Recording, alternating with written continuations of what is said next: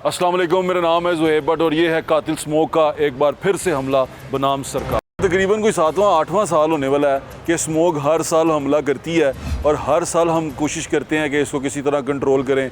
वो हम जो थे भट्टा जो ईंट वाला भट्टा होता है उस पर जिगजैग लगाएं, गाड़ियों को जो स्मोक कंट्रोल है उस पर कोशिश करें, इस तरह भी करें, लेकिन स्मोक हर बार बढ़ती जा रही है। अब साल का ये अक्टूबर शुरू हो गया और अक्टूबर के बाद क्या इक़दाम किए गए हैं, क्या हो रहा है। और सबसे पहले मैं आपको ये बताऊँगा कि स्मोक जो सी है वो हमारी सेहत पर इफ़ेक्ट कैसे करती है, हमारी सेहत पे असरअंदाज कैसे होती है और स्मोक से क्या क्या नुकसान होते हैं। आए डॉक्टर साहब चल के बात करते हैं। हमारे साथ मौजूद हैं डॉक्टर तारिक महमूद मियाँ जो एकेडमी ऑफ फैमिली फिजिशियन है, उसके प्रेसिडेंट हैं। अस्सलाम वालेकुम डॉक्टर साहब, कैसे हैं आप? जी बिल्कुल ठीक। डॉक्टर साहब, अभी दोबारा से स्मोक जो सी शुरू हो गई, अभी तो हम बाहर बैठे हैं, अच्छा थोड़ा लग रहा है, लेकिन जो जो वक्त गुजरता जाएगा, रात के वक्त तो स्पेशली ऐसा लगता है कि पोल्यूशन गिर रही है। तो आपके पास पेशेंट आने शुरू हुए हैं गली मोहल्ले में, कुछ ऐसे लोग? आजकल तो बहुत ज़्यादा पेशेंट आ रहे हैं और ज़्यादा आ ही रहे हैं रेस्पिरेटरी ट्रैक्ट इन्फेक्शन के। बेसिकली क्या है कि जब हमने सांस तो लेना ही है, हमारी ऑक्सीजन रिक्वायरमेंट है, और जब भी हम सांस लेते हैं तो जो एयर में जितनी पोल्यूशन होती है उसने हमारे अंदर जाना होता है। तो इसमें जिस्म का शायद ही कोई सिस्टम हो जो मुतासर ना होता हो। सबसे ज़्यादा रेस्पिरेटरी ट्रैक्ट इन्फेक्शन यानी फेफड़े, सांस की नालियाँ, वो सारी, नाक में नेज़ल एलर्जी, ये सारा, जिल्द हमारी मुतासर होती है, आंखें मुतासर होती हैं, चूँकि इसमें जो ये फैक्ट्रीज़ का धुआं और प्लस ये जो मोटर व्हीकल्स हैं उनकी जो एग्जॉस्ट होता है वहाँ से केमिकल्स निकलते हैं और वो सस्पेंड हो जाते हैं जी हवा में, और वो लिहाजा केमिकल इरिटेशन भी होती है और साथ पार्टिकुलर जो है उसकी भी इंफॉर्मेशन होती है। तो इसमें देखा गया है कि जो ज़्यादा किस उम्र के लोग इसमें इफ़ेक्ट हो रहे हैं? आमतौर पे जो बच्चे और बड़े, इनमें चूँकि इम्यूनिटी लो होती है तो ये ज़्यादा मुतासर होते हैं। या जब वो लोग जो ऑलरेडी दमे के मरीज़ हैं, जो COPD होता है, क्रॉनिक ऑब्स्ट्रक्टिव एयरवे डिजीज़, उसके जो पेशेंट हैं, या जो एलर्जी ऑलरेडी जिनको है, तो वो बहुत ज़्यादा इसमें मुतासर होते हैं। और इसमें आप अंदाज़ा करें कि इसमें अगर बहुत ज़्यादा देर आप किसी ऐसे पोल्यूटेड शहर में रहें तो आपकी जो एवरेज लाइफ है वो काफ़ी कम हो जाती है। ठीक है जी। इसके अलावा ये है कि दमे के मरीज़ हैं तो दमा ख़राब हो जाएगा, निमोनिया हो सकता है आपको, उसके बाद आपकी सांस की जितनी बीमारियां हैं, और इसकी वजह से हॉस्पिटल एडमिशन बहुत ज़्यादा बढ़ जाते हैं।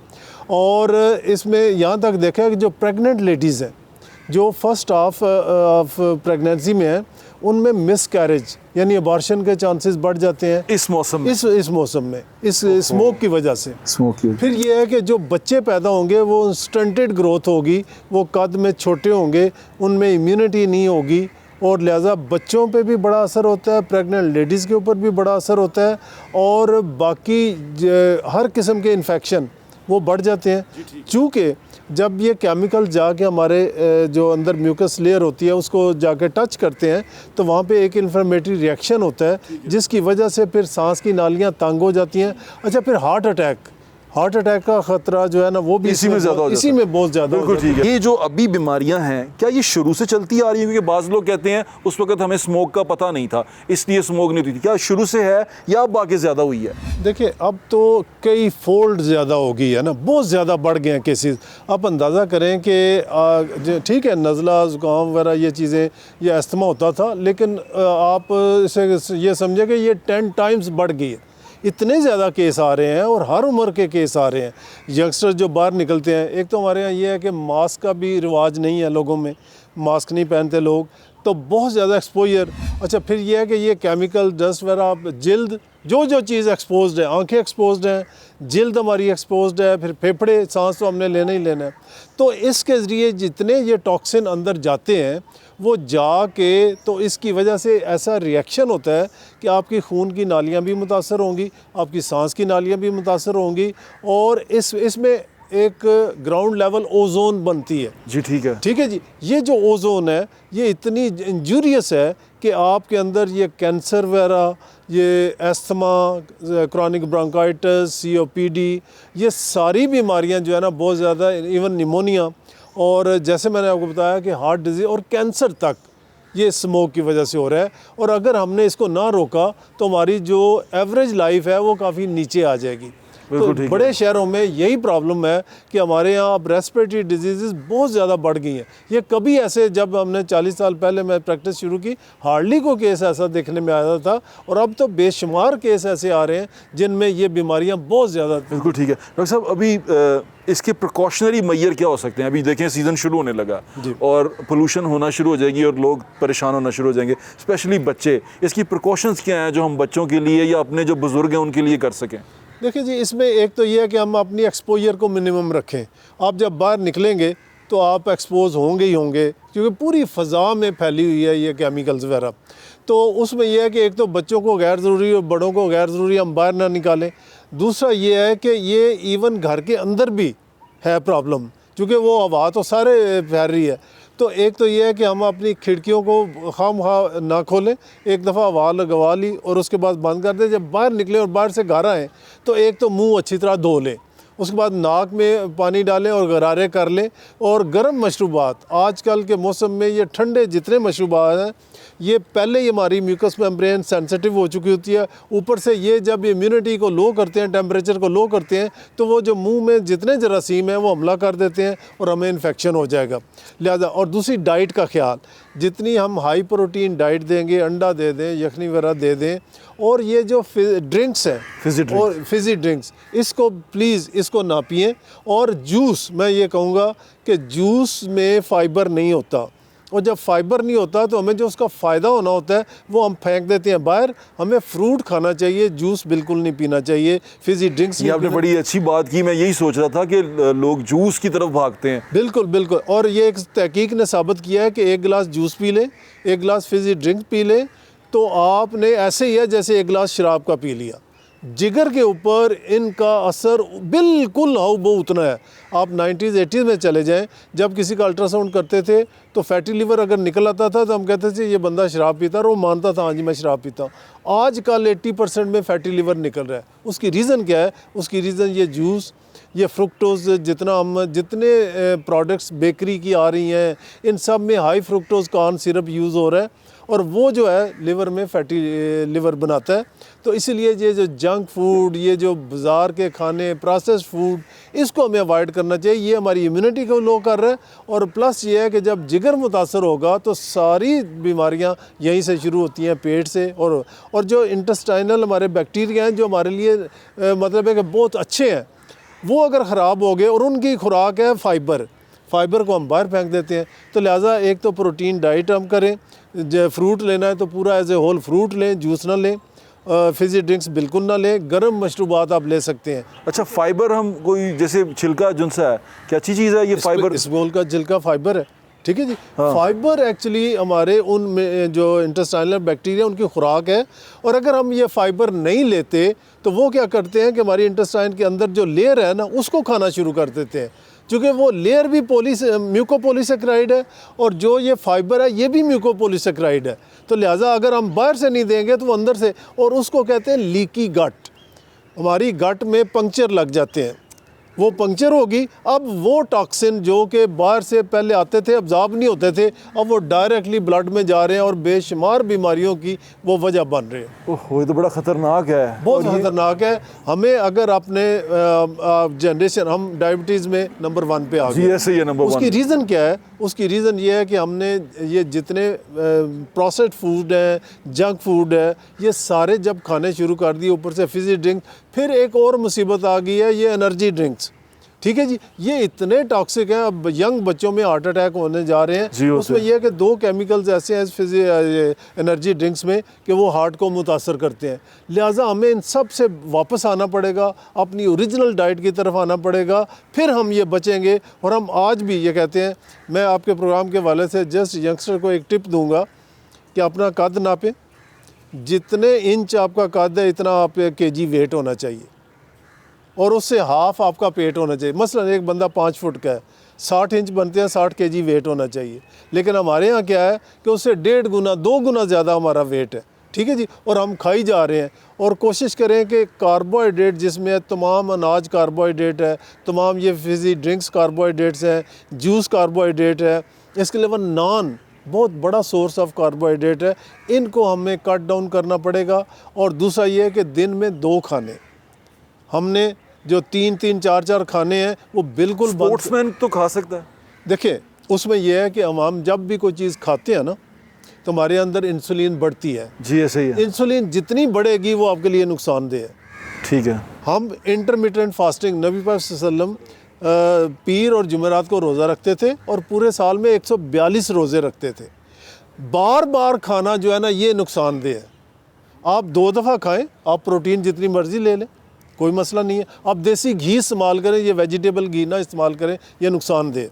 ठीक है जी। तो इससे आपकी इम्यूनिटी भी स्ट्रांग होगी और आप इन तमाम 8 बीमारियां हैं जो इस खुराक से होती हैं, उसमें कैंसर तक, उसमें heart disease, fatty liver, cholesterol का ज़्यादा होना, गुर्दों की बीमारियां, फीमेल्स में पॉलीसिस्टिक ओवरीज, ये सारी हमारी खुराक से होती हैं। तो अगर हम अपनी खुराक ठीक कर लें तो हम आज भी तंदुरुस्त ज़िंदगी, और इवन जो शुगर के पेशेंट हैं वो अपनी दवाइयाँ छोड़ सकते हैं अगर वो इन चीज़ों के ऊपर अमल करें। आपके वक्त का बहुत बहुत शुक्रिया डॉक्टर साहब, थैंक यू सो मच।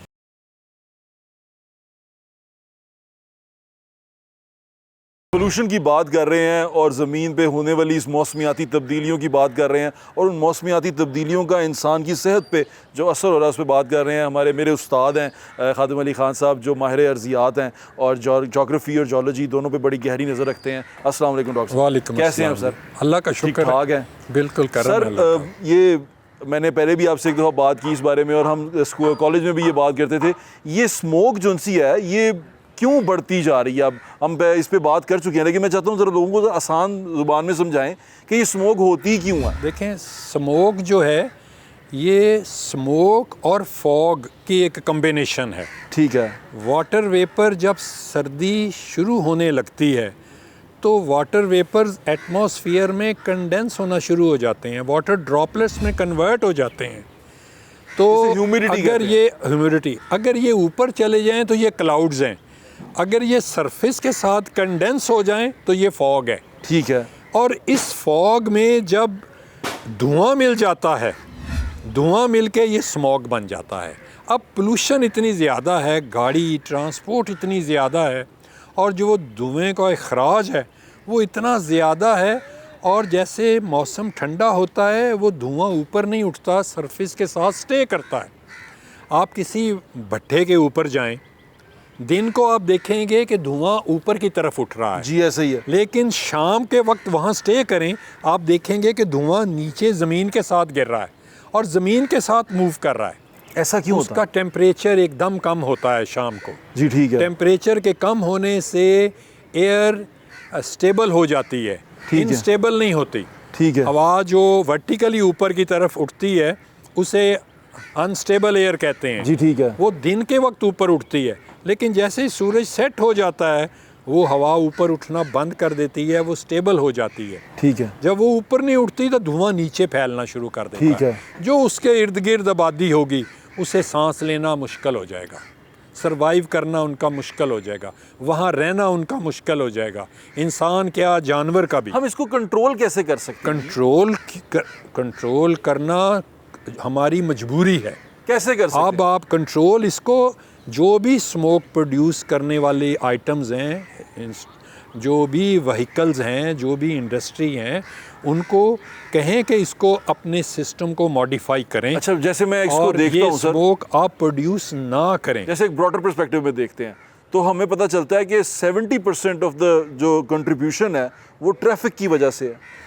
इसमें कोई शक नहीं। आप ट्रैफिक देखें कितनी ज़्यादा हो गई है। हाँ। जैम पैक्ड ट्रैफिक है, इतनी लाखों में गाड़ियां हैं, लाखों में, कोई 50 लाख के करीब मोटर बाइक्स हैं, इससे भी ज़्यादा। जी ऐसे ही है। हर रोज़ जो व्हीकल्स रजिस्टर हो रहे हैं आप देखें को 2000 के करीब हैं। तो आखिर इतने इंजन्स जो चल रहे हैं वो इंजन कर क्या रहे हैं? वही मैं परेशान हो रहा हूँ कि इसको हमें अगर रोकेंगे नहीं तो हम कहाँ तक जा सकते हैं? मतलब ये तो तबाही मचा देगी। हम अपनी मौत तक जा सकते हैं, वहीं जा रहे हैं हम। और इससे ज़्यादा क्या करेंगे? जब आपके मुंह के साथ सलेंसर लग जाए और आप उसे ही इनहेल कर रहे हों तो ऑक्सीजन कहाँ से लेंगे? फिर सांस सिलेंडर लेकर फिरिए। यानी कि पहले आप मास्क लगाते हैं, फिर हम ऑक्सीजन सिलेंडर लेके फिर। हाँ, बिल्कुल। मैं तो सोच रहा था कि गाड़ी में ना रख लूँ एक ऑक्सीजन सिलेंडर, प्योर ऑक्सीजन के लिए घंटा एक प्योर ऑक्सीजन ले लूँ। लाजमी बात, जब बंदा बीमार हो जाता है फिर अस्पताल में जाता है, वो करते क्या हैं? उसको वो ऑक्सीजन लगाते हैं, प्योर ऑक्सीजन। प्योर ऑक्सीजन लगाते हैं। अब जितना आप जो भी पूरी दुनिया में जो लोग मेन रोड्स के साथ रहते हैं उनकी एज कम हो गई है, उनकी एज कम हो गई है क्योंकि वो ज़्यादा पोल्यूशन इनहेल कर रहे हैं। जितनी आप पोल्यूशन इनहेल करेंगे आपके लंग्स काम करना छोड़ देंगे।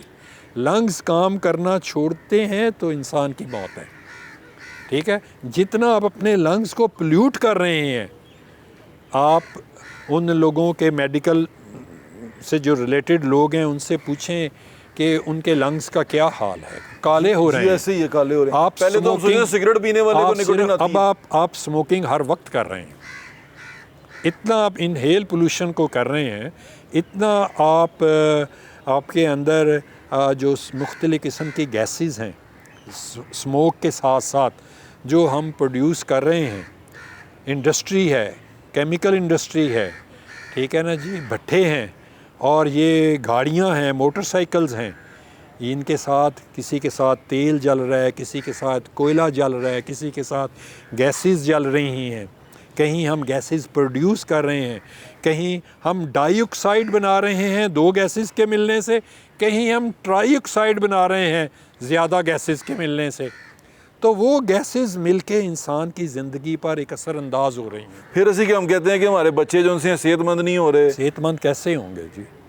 सेहतमंद होने के लिए आपको खालिस एटमॉस्फेयर चाहिए, सर अब पोल्यूटेड तो, नहीं अब तो मेरे चाहिए। ख्याल से सेहतमंद बंदा देखे हुए भी ज़माना हो गया कि बंदा किसी को कहे कि यार ये सेहतमंद है, अभी ये तो ठीक फिर लग भी रहा है। आप देख रहे हैं हाँ। आने वाले दिनों में लोगों में जो बीमारियां होंगी और जो लोगों में जो हेल्थ इश्यूज आएंगे वो बहुत ज़्यादा होंगे और ये इसी तरह रहेगा। ये हमें इसी गाड़ी से- कंट्रोल करनी इसी चाहिए। से अब बदतर होता जा रहा है और बदतर हो रहा है। अब कंट्रोल करने की अभी थोड़ी थोड़ी सी एफर्ट नज़र आ रही हैं। जैसे पंजाब में भी आपने motor bikes, electronic bikes introduce करवा रहे हैं, इसी तरह गाड़ियाँ इंट्रोड्यूस करवाएं, इसी तरह बसेस इंट्रोड्यूस करवाएं और जो पेट्रोल पे, गैस पे चलने वाली व्हीकल्स हैं वो आहिस्ता आहिस्ता कम एक करें। टाइम फ्रेम तक उसको बंद कर दें या उसको बदल दें, उनको इलेक्ट्रॉनिक्स में चेंज कर दें। ये अब कोई इतनी एक्सपेंसिव टेक्नोलॉजी नहीं है, बिल्कुल ऐसे ही है। इसको इंट्रोड्यूस करवाएं। सर ये लोग सीरियस क्यों नहीं होते? मतलब क्या करें कि ये सीरियस हो जाए? हाँ, लोग नहीं सीरियस होते वो हमारे इसको- मुल्क में, इस टॉपिक को ही मजाक समझते हैं। मजाक समझते हैं। हमारे लोग तो कानून की पासदारी नहीं करते। आप देखें वन वे की खिलाफ वर्जी कितनी करते हैं। करते हैं, चोरी, डकैती, ये सारे क्राइम्स हैं। हाँ जी, जब हमें वो मेजर क्राइम्स नहीं नज़र आते तो ये भी एक क्राइम है जो हम पोल्यूशन प्रोड्यूस कर रहे हैं, फैला रहे हैं, या गंदगी फैला रहे हैं, या पहाड़ लगा रहे हैं गंदगी के। तो ये सारी हम इंसानी ज़िंदगी नहीं, सारी लाइफ के लिए डेंजरस है। बिल्कुल ठीक है। हमने ज़मीन पर तो गंदगी के पहाड़ खड़े कर दिए और दरियाओं में और समुद्रों में और नालों में हमने प्लास्टिक और पोल्यूशन को डंप करते जा रहे हैं। हर रोज़ मिलियंस ऑफ टन मटेरियल हम उसमें डाल समुद्रों रहे हैं। में डंप कर रहे हैं। इसी तरह गैसेस जो हैं हम एटमॉस्फेयर में ऐड कर रहे हैं और वो नेचुरल एटमॉस्फेयर जो है उसको हम पोल्यूट करते जा रहे हैं। वो दुनिया में नंबर 1 है सर हम पोल्यूशन में। दुनिया में नंबर 1 है हमारे शहर। बहुत से क्राइम्स में भी हम दुनिया में नंबर 1 ही है। तो हमें अपने आप को डिसिप्लिन करना होगा। हम बिल्कुल ठीक है। डिसिप्लिन नहीं है। हम देखें, बच्चे को देखें सड़क के ऊपर, 70 साल का बंदा अगर मोटरसाइकिल चला रहा है उससे पूछकर ज़रा देखें कि भाई तुम वन वे की खिलाफ वर्जी क्यों कर रहे हो। फिर आगे सुने वो जवाब क्या देता है। सर ऐसे ऐसे जवाब कि शानदार। सर बंदा क्या, वो शुरू ही करते हैं अस्पताल से, अम्मी बीमार, बेटा बीमार, सब बीमार। वो मुश्किल। आपको ऐसी ऐसी सुनाएगा भट्ट साहब कि आप परेशान हो जाएंगे कि अगर इसनू 70 साल के बंदे च भी इतनी ज़िंदगी जीने की सेंस नहीं है तो मैं बच्चे को क्या ठीक करूँ। बिल्कुल ठीक कह रहे हैं सर। हमारा इस्लाम हमें डिसिप्लिन सिखाता है, बिल्कुल ऐसे ही है। ठीक है। नमाज पाबंदी के साथ है, रात सोने के लिए है, दिन जागने और मेहनत करने के लिए है। डिसिप्लिन। अगर हम उसके डिसिप्लिन को नहीं सीखते, और दुनिया में ये भी एक डिसिप्लिन है कि हमें एक ज़िंदगी को सादा ज़िंदगी गुजारनी है। जितना इंसान अपने आप को मॉडर्न करता जा रहा है, जितना एक्सपेंस करता जा रहा है, जितनी वो गाड़ियाँ और वो व्हीकल्स जो है वो यूज़ करता जा रहा है, आखिर इसका किसी को नुकसान उसकी आने वाली नस्ल को उठाना है। बिल्कुल और वो ये चीज़ें हो रही हैं, बीमारियां आगे से ज़्यादा फैलेंगी। वो गैसेस जो डाइऑक्साइड हैं, ट्राइऑक्साइड हैं, उनके साथ मिलकर ये फ्लू और कोविड अपनी कंडीशंस चेंज करता रहता है। हमारी रिसर्च पुरानी होती है और ये नया वेरिएंट सामने आ जाता है। अस्तगफिरुल्लाह। हमें इन को चीज़ों को टैकल करने के लिए अपने माहौल को साफ़ करना है, इंशाल्लाह। अपने एटमॉस्फेयर को साफ़ करना है। क्लोरोफ्लोरोकार्बन्स जो हैं वो इंतहाई डेंजरस हैं। अगर हमने कंट्रोल ना किए तो ओजोन डिप्लीट हो जाएगी, लोग पैदा नहीं होंगे, पैदा हुए तो अंधे होंगे, अगर अंधे भी पैदा हो गए तो कैंसरस होंगे, एनिमल टिश्यूज़ डिस्ट्रॉय हो जाएंगे। तो लाइफ कैसी होगी? अगर आप सोचें, अगर एनिमल टिश्यू डिस्ट्रॉय हो गए तो कोई भी सरवाइव नहीं कर सकेगा। ठीक है। तो ये गैसेस सर, मैं दुआ ही कर सकते हैं कि अल्लाह ताला इनको कोई अकल आ जाए, हमारे हम सब लोगों को आ जाए, हम सबको अपनी एजुकेशन को हमें बदलने की ज़रूरत बिल्कुल ठीक है सर। हमारी यूनिवर्सिटीज़ जो प्रोड्यूस कर रही हैं, उनको कॉलेजेस और यूनिवर्सिटीज़ की एजुकेशन को क्लाइमेटिक चेंज के हवाले से, पोल्यूशन के हवाले से अपने कोर्स एंड करिकुलम को बदलना चाहिए, ताकि हम फ्यूचर में वो लोग बन सकें जो सेहतमंद हों। इंशाल्लाह सर। सर, आपके वक्त का बहुत बहुत शुक्रिया। Thank you so much sir.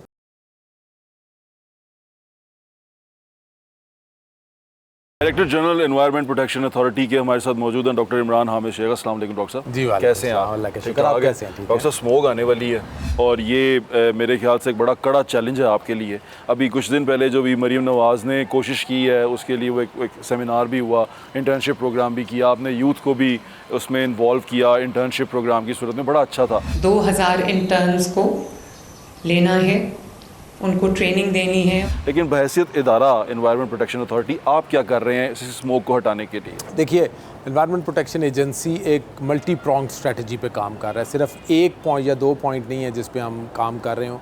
हम इस वक्त इंडस्ट्रीज़ पे भी काम कर रहे हैं, हम स्टबल बर्निंग पे भी काम कर रहे हैं, हम वेहिकुलर पोल्यूशन को रोकने के लिए भी काम कर रहे हैं, हम लोगों में अवेयरनेस भी ला रहे हैं। इसके अलावा हमने जो इंटर्नशिप प्रोग्राम, जैसे आपने बताया चीफ मिनिस्टर साहब ने लॉन्च किया, उसको भी हम स्टीयर कर रहे हैं, ताकि जो यंग हमारी जनरेशन है वो भी हमारी आइज़ एंड ईयर्स बने, और जिस जगह पे कई जगह पे कहीं वायलेशन या इस किस्म की चीज़ नज़र आती है उसको रिपोर्ट करें, हम उस पर कार्रवाई करें।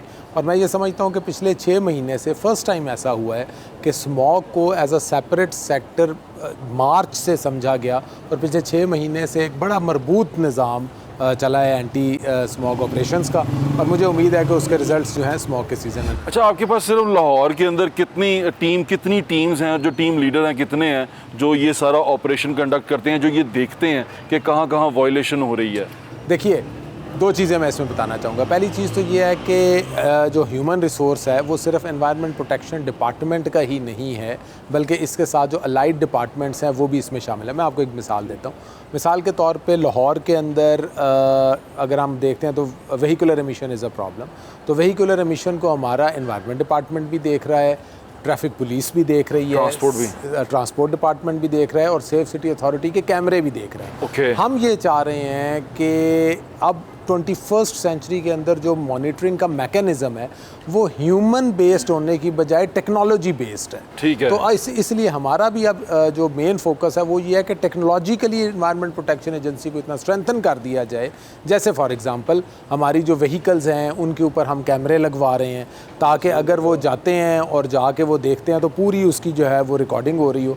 जो इंडस्ट्रीज़ हैं, बजाय फॉर एग्जांपल लाहौर के जो शुमाली लाहौर है उसमें कोई 600 के करीब इंडस्ट्री है, अब उस 600 इंडस्ट्रीज़ के ऊपर बजाय इसके कि हम हर 4-5 इंडस्ट्री के ऊपर एक इंस्पेक्टर को बिठाएं और ह्यूमन रिसोर्स को बढ़ाना शुरू करें, और उसके अपने भी फिर मसाइल और एक्सचेकर के ऊपर बर्डन एंड एवरीथिंग।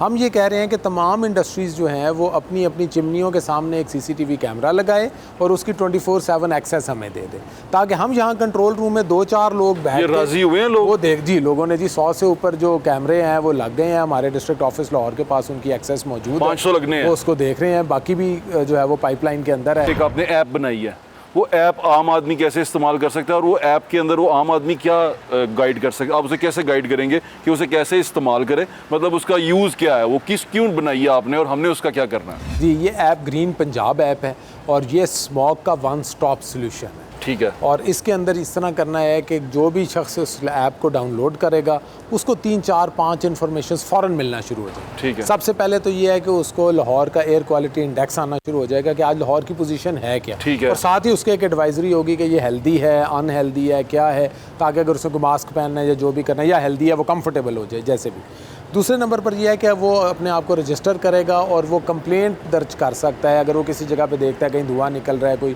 पिक्चर लेके वो साथ कर सकता है। तीसरा उसका फीचर यह है कि फॉर एग्जांपल कोई बंदा रजिस्टर नहीं होना चाहता तो वो just as a guest user आ जाएगा और गेस्ट यूज़र अपनी कंप्लेंट करके वो आगे निकल जाए, ताकि अगर वो शरारतें भी हो सकती हैं इसके ऊपर।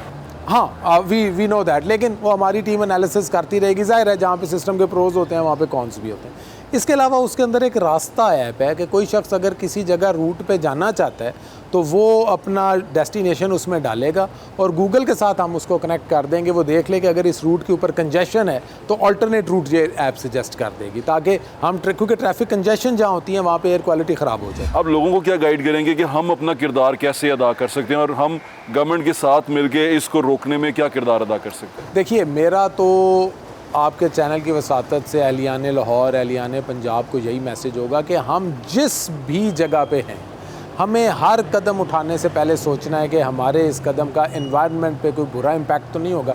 फॉर एग्ज़ाम्पल, अगर हम इंडस्ट्री चला रहे हैं, इंडस्ट्रियलिस्ट हैं, तो हमें चाहिए कि हम अपनी एमिशंस के कंट्रोल सिस्टम्स लगवाएं। अगर हम गाड़ी या मोटरसाइकिल ड्राइव करते हैं तो हम देखें कि टाइमली उसकी हम मेंटेनेंस करवाएं, प्रॉपर जगह से पेट्रोल डलवाएं। ये जो डब्बा स्टेशंस या जो सब स्टैंडर्ड फ्यूल है ये बिल्कुल ना, अगर उन पर हम कार्रवाई भी कर रहे हैं। अगर हम एग्रीकल्चरिस्ट्स हैं तो हमें फसलों की बाकियात को आग नहीं लगानी है।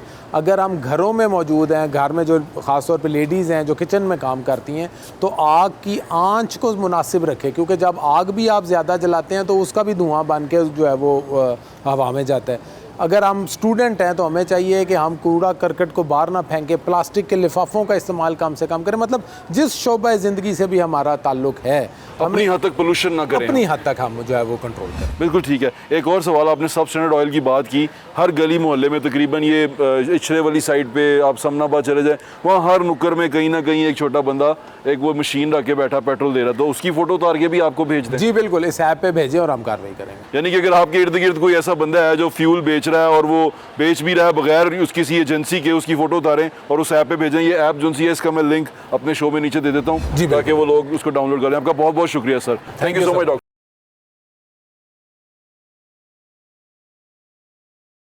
रहने के लिए हम बचपन से पढ़ते हैं कि सांस लेना बहुत ज़रूरी है, हम सांस नहीं लेंगे तो मर जाएंगे। तो सांस लेने के लिए हमें अच्छी हवा बहुत ज़रूरी है, अच्छी हवा हमें नहीं मिलेगी तो हम बीमार हो जाएंगे और फिर मर जाएंगे। तो ये जो आपके ज़िंदा रहने के लिए आपकी आबो हवा का होना, बेहतर होना बड़ा ज़रूरी है। हम बचपन से ये पढ़ते आए हैं, छोटी छोटी किताबों में लिखा होता था, पता नहीं शायद बच्चों को पढ़ाते हैं कि नहीं पढ़ाते, लेकिन ये बड़ा ज़रूरी है ये जानने के लिए कि माहौल को साफ़ सुथरा रखना कितना ज़रूरी है। अगर आप अपना माहौल ख़राब करते रहेंगे, चाहे वो गाड़ी की एमिशन जिससे फ्यूल एमिशन से हो रहा हो, चाहे आप उससे कोई जला रहे हो, कुछ जला रहे हो या कचरा बाहर फेंक रहे हो या किसी भी किस्म का हिस्सा बने आप पोल्यूशन को ऐड करने में, तो वो at the end of the day आपकी सेहत पे असरअंदाज होगा। ये बिल्कुल ऐसी है कि कोई इंसान अपने जिस्म का गोश्त खाता जा रहा है और उसको पता नहीं चल रहा और एक दिन वो मर जाएगा। तो ये सारी चीज़ें बड़ी ज़रूरी हैं। एनवायरनमेंट का साफ़ होना बड़ा ज़रूरी है। लगता तो बड़ा लोगों को बड़ा बोर बात है ना, बड़ा बोर टॉपिक है, किस पे बात कर रहे हो, क्या बात कर रहे हो, लेकिन यकीन माने कि अगर आपने आज इसको कंट्रोल नहीं किया तो आगे आने वाले जो नस्लें हैं ना आपकी, वो भी उन पर असरअंदाज हो सकती है। वो लोग जो उनसे हैं, जो आगे आने वाली नस्लें हैं, वो माजूर पैदा हो सकती हैं, खुदा ना खास्ता उनको तकलीफ हो सकती है। आप बहुत सारी प्रॉब्लम में घिर सकते हैं अगर आपने अपनी आबो हवा ठीक ना की। तो कहते सी ना कि यार उन सेहतमंद बंदे तो नज़र ही नहीं आते।